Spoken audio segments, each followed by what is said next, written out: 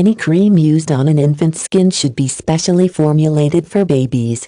There are a number of products available for sensitive skin, but those that are gentle enough for sensitive adult skin may not be gentle enough for a baby. Creams made for infants can often be found in the baby section of a store or boutique, and a package label will generally indicate if it is a product designed for infants. Before purchasing any type of baby cream, the ingredients should be checked. Most infant skincare products have the contents printed somewhere on the tube or bottle they come in. A suitable baby cream should not contain any dyes, perfumes, or strong chemicals. Products that contain ingredients like parabens, phthalates, and polyethylene glycol should also be avoided. The best baby cream should be made of natural ingredients such as aloe, calendula, and arnica.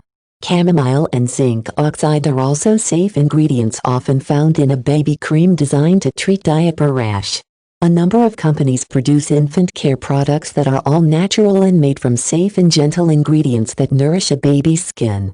These products are widely available for purchase from a variety of stores, boutiques, or online shops.